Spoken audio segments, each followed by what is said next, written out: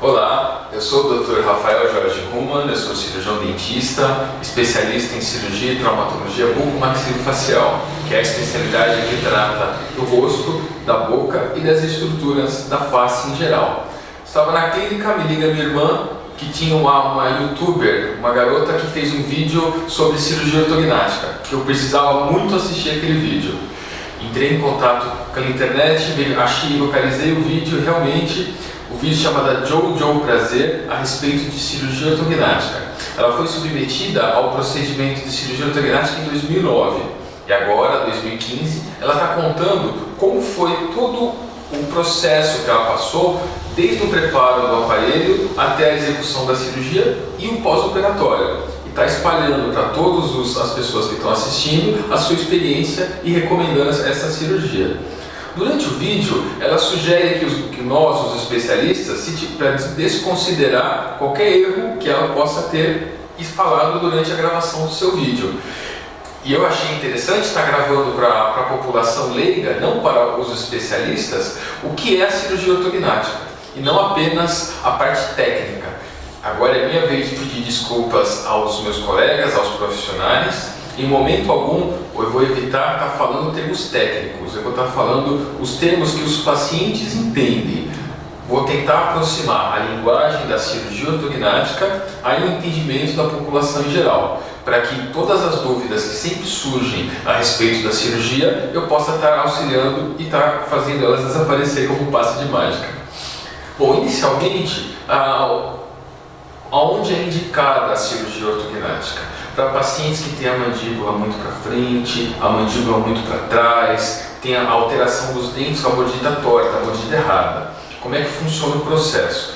Uma vez feito o diagnóstico a respeito qual é a patologia, qual é a doença que a pessoa tem, esse paciente vai ser encaminhado para um ortodontista, que é aquele dentista que faz os aparelhos dos dentes. O tratamento do ortodontista, vai se basear em quê? Ele precisa primeiro alinhar e nivelar os dentes. Como assim? De maneira bem simples. Ele precisa deixar os dentes em pé em relação ao osso.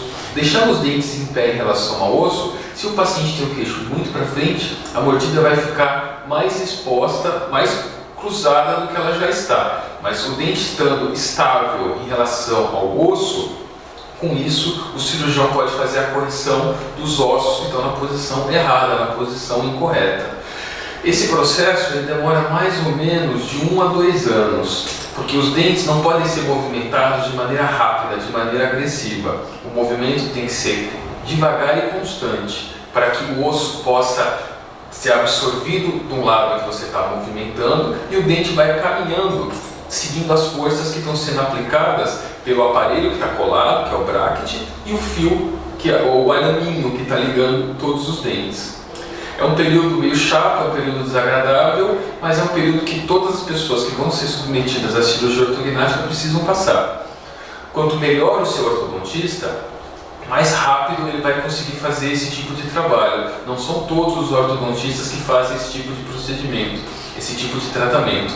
Normalmente os casos cirúrgicos eles geram bastante dúvida em relação ao do ortodontista sobre o que ele tem que fazer. É o ideal você estar procurando um especialista em ortodontia ou a indicação do seu cirurgião para estar fazendo esse tratamento para que você possa ficar de maneira segura, de maneira satisfatória e sem tantas dúvidas. Porque é um período que vai ter muitas dúvidas, muitos desconfortos. E quanto menos desconforto nesse período, melhor.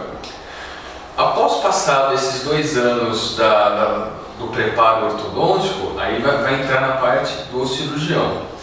No mercado, nós temos várias brigas de ego, de relação a quem executa melhor esse tipo de procedimento, que é a cirurgia ortognática. Se é o cirurgião dentista, especialista em cirurgia bucomaxilo, se é o otorrinolaringologista, se é o cirurgião plástico.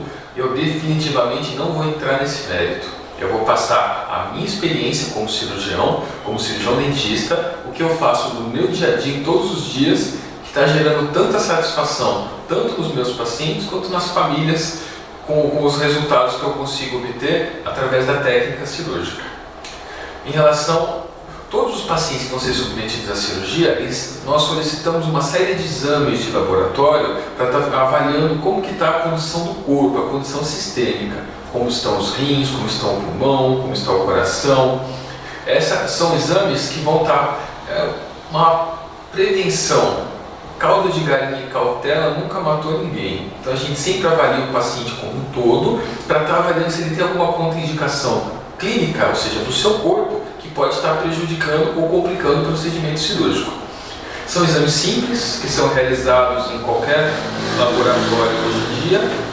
Demoram mais ou menos de 7 a 10 dias. Você vai estar executando esses exames, levando de volta para o seu cirurgião. Ele vai estar fazendo análise e vai estar fazendo o diagnóstico se precisa de algum cuidado especial para o procedimento cirúrgico ou não. Para o procedimento cirúrgico, nós vamos entrar agora em 2 tipos de mercado. Nós temos o mercado público, que é pelo SUS, que você vai ter que procurar um hospital público, está passando com um cirurgião concursado pelo SUS, ele vai estar avaliando o seu caso e vai estar te colocando numa fila de espera para fazer a cirurgia. Esse processo pode demorar anos, mas ele também é realizado pelos bons profissionais que atendem pelo SUS.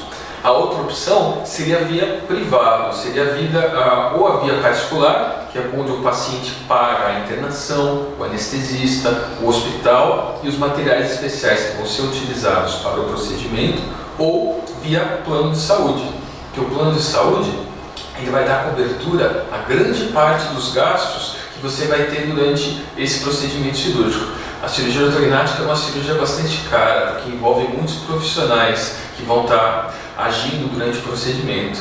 E o plano de saúde ele vai arcar com 90% desses gastos. Isso facilita a execução e o dia a dia da cirurgia ortognática. Em relação ao transoperatório, aquela parte que o paciente já está dormindo e mesmo quem já fez a cirurgia não sabe exatamente o que aconteceu. O procedimento cirúrgico, o paciente é submetido à anestesia geral. Nós temos na sala cirúrgica o anestesista, que é o médico. O que ele faz? Ele é responsável por colocar a pessoa para dormir, manter ela dormindo e no final do procedimento acordá-la novamente após terminar o procedimento. Hoje em dia é uma técnica que está bastante segura, bastante estável e com todos os exames que a gente solicita no pré-operatório, como cautela, o risco anestésico diminui bastante.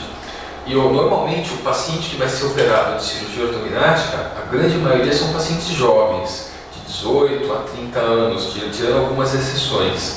Esses pacientes, a quantidade de doenças que vão estar comprometendo o coração, a circulação, pressão, diabetes é muito pequena, deixando o procedimento cirúrgico da ortognática ainda mais seguro e mais estável. A cirurgia é realizada quase na totalidade por dentro da boca. E o que a Jojo Prazer falou durante o vídeo dela, que a boca é escancarada durante o procedimento. É mais ou menos isso que acontece. Nós temos afastadores que vão estar deixando a boca, dentro do possível, aberta, para que a gente possa acessar os ossos do rosto através da gengiva. São feitos cortes na gengiva, expõe a região dos ossos, terminou a exposição dos ossos, os ossos são posicionados da maneira correta e depois ele é fixado através de microplacas e microparafusos que vão estar mantendo os ossos ou para frente, ou para trás, ou para a direita ou para a esquerda em posição que foi planejado no pré-operatório, no pré-cirúrgico. A cirurgia ortognática não é uma cirurgia que você vai para a cirurgia sem saber o que vai acontecer. É tudo extremamente planejado, é tudo medido em milímetros. E esses milímetros são conferidos durante a cirurgia exaustivamente, para que o rosto fique exatamente seguindo o nosso planejamento. Nós temos também hoje em dia técnicas mais avançadas para estar fazendo esse planejamento. Nós podemos fazer como fazer no passado, através de papel e caneta, ou através de computador. Nós temos softwares específicos que você consegue projetar o seu rosto na tela do computador, simular o procedimento da cirurgia ortognática e ver como que o seu rosto vai ficar no pós-operatório, antes da cirurgia. E todas essas informações, elas são levadas para o centro cirúrgico e isso tem que ser revisado exaustivamente até a gente conseguir chegar exatamente o que foi planejado. Na cirurgia ortognática, 1 milímetro já faz diferença. Por isso que exige tanta técnica e tanto treinamento para estar fazendo esse tipo de procedimento. A cirurgia antigamente, que acho que é um mito que rola pela internet, pela população em geral, é que você teria que ficar com a boca amarrada por até 2 meses. Isso realmente existia no passado, porque não tinha a tecnologia de placas e parafusos. Hoje em dia, a pessoa não consegue comer uma churrascada depois da cirurgia. Ela vai ter que ter alimentação líquida e pastosa por até 30 dias. Porque as placas mantêm o osso na posição, mas a musculatura do rosto é muito forte, é muito potente.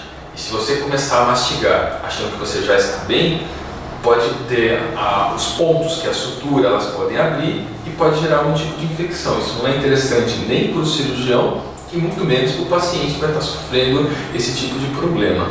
Mas boca amarrada, isso já é uma técnica que está em extremo desuso. Isso é usado muito pouco. O que pode acontecer no pós é você ter que utilizar elásticos, porque quando o paciente tem o queixo muito para trás, o seu músculo está encurtado. Quando vem alguém e coloca simplesmente o osso na posição, o músculo vai tentar voltar na posição inicial. O elástico vai servir para estar esticando essa musculatura e colocando a mordida em posição correta, como foi planejado no pré-cirúrgico. O pós-operatório. As mães, as avós vão falar que não pode comer chocolate, não pode comer carne de porco, não pode comer ovo. É melhor escutar as avós. Mas na parte clínica não tem nenhuma comprovação científica que você não pode comer carne de porco, ovo ou chocolate. Mas eu fui ensinado na minha infância pelas avós e pelas mães a obedecer os mais velhos. Então é melhor obedecer. Na dúvida, segue a dieta, bastante sopa, com legumes em geral, tudo batido no liquidificador. Até a nossa colega Jojo fez uma musiquinha de sopa, suco, sopa, uma música divertida. Ela está certa. Mas um detalhe importante é que não precisa mais ser a sopa fria. A sopa fria, ela tem que ser nos primeiros 15 dias do procedimento. Por quê? Porque o calor, ele vai abrir os vasos, ele vai fazer os vasos se dilatarem. E a região que está operada pode voltar a sangrar. Na primeira semana, 10 dias, alimentação sopa fria. Passado esse período de 10 dias, mantém a sopa, mas já pode ser aquecida, ela vai ficar um pouco mais saborosa. Em relação a temperos no pós-operatório, os primeiros 10 dias é bom evitar pimenta, muito sal, porque você está operado e é interessante você fazer um repouso um pouco maior até em relação a condimentos. Passado esses 10 dias, alimentação normal. A parte do sabor, você pode e deve se alimentar seguindo as restrições do seu especialista, do seu cirurgião. No pós-operatório, sucos é importante e assim como o calor vai prejudicar, o frio vai te ajudar. Então, sorvete, gelatinas, iogurtes, isso à vontade já no pós-operatório. Na fase da cicatrização, é bastante interessante que você se alimente com alimentos nutritivos, seguindo o quadro de vitaminas e o quadro de sais minerais. Porque quanto mais alimentado e mais forte, mais estruturado tiver o seu corpo, mais rápido e melhor vai passar o processo de cicatrização. Menor a chance de infecção e melhor o desconforto que vai ter no pós-operatório. Uma outra dúvida que os pacientes sempre me perguntam é em relação à higiene. Se ele pode escovar os dentes depois da cirurgia. Ele pode e deve escovar os dentes. A boca é um ambiente úmido que, pelo contrário do que todo mundo acredita, ele gera infecção menos do que a pele. Porque a saliva, ela produz anticorpos, ela produz substâncias que vão limpando e vão protegendo a boca. Mas se você está com a boca cortada pela cirurgia, com pontos, resto de comida, essa comida pode favorecer a proliferação de bactérias e fungos, que vai gerar uma infecção que, além de dor, vai gerar desconforto e vai prejudicar a sua cicatrização. Você pode escovar com escovas de dente de bebê, aquelas bem pequenininhas, porque por mais que você não esteja com a boca amarrada depois da cirurgia, o que vai acontecer? Você não consegue dar aquela abertura de boca gostosa, porque está tudo muito inchado, está tudo edema, que é o termo técnico, e você não consegue abrir a boca da maneira que você vai conseguir depois de algum tempo da cicatrização da cirurgia. Então uma escova de bebê Se não conseguir pasta de dente, porque algumas pessoas sentem enjoo, é interessante o Periogard, a clorexidina, que é uma substância que vai esterilizar a boca. Molha, põe um copinho de café, o Periogard ou a clorexidina a 0,12%, molha a escova de dente, escova delicadamente a boca 3 a 4 vezes ao dia.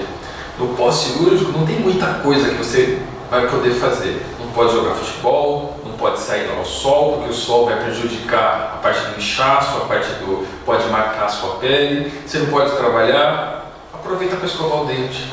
Treina devagarzinho, vai ser até interessante, vai ser até uma terapia para o pós-operatório passar mais rápido. Então eu espero ter ajudado a toda a população leiga, até a família das pessoas que vão ser submetidas à cirurgia ortognática. Outra coisa antes da gente finalizar, bastante interessante, eu gosto de atender a família inteira antes da cirurgia. Vem pai, mãe, cachorro, periquito, papagaio, vem quantas pessoas forem necessárias. Teve uma vez que, uma história engraçada, eu tive que fazer 2 sessões para conversar com a família inteira, porque a família era muito grande e todo mundo estava com medo da cirurgia. Então é melhor perguntar para mim, que sou especialista, que estudei para isso, do que perguntar para você, o paciente que vai ser submetido à cirurgia. Já está com desconforto, já está com medo, e ninguém gosta de ser operado. E todo mundo te bombardeando com perguntando, precisa mesmo fazer a cirurgia? Você está tão bonita assim, você tem certeza que você quer operar? Então, se o cirurgião fez o diagnóstico e está dizendo que você realmente precisa operar, vamos lá, o processo é longo, o processo é um pouco demorado, mas eu acredito que vale a pena. É uma cirurgia que eu faria em mim, porque tudo que eu faço no meu paciente, no primeiro momento, eu tenho que avaliar se eu faria em mim ou nos meus familiares. Se eu fizesse em mim ou nos meus familiares, então eu vou estar executando na pessoa que me procura. Uma coisa que eu tomo como base, como regra na minha vida, é sempre fazer ao outro o que eu gostaria que fizessem comigo. Então assim, eu só vou fazer na outra pessoa o que eu aceitaria que fizessem em mim. Eu estou à disposição através do site, do www.clinicahuman.com.br. Lá nós temos um canal para todas as perguntas e respostas de toda a população em geral, pacientes ou não. Nós recebemos mensagens do Amazonas, Recife, Acre, e nós temos um setor específico para estar respondendo as suas perguntas. Mande as perguntas, será um prazer responder. Espero vocês no site. Até lá. E no Facebook, www.facebook da Clínica Human, também você vai encontrar o nosso Facebook. É interessante também pelo Facebook, pacientes que já foram submetidos à cirurgia pela nossa equipe, pela minha equipe.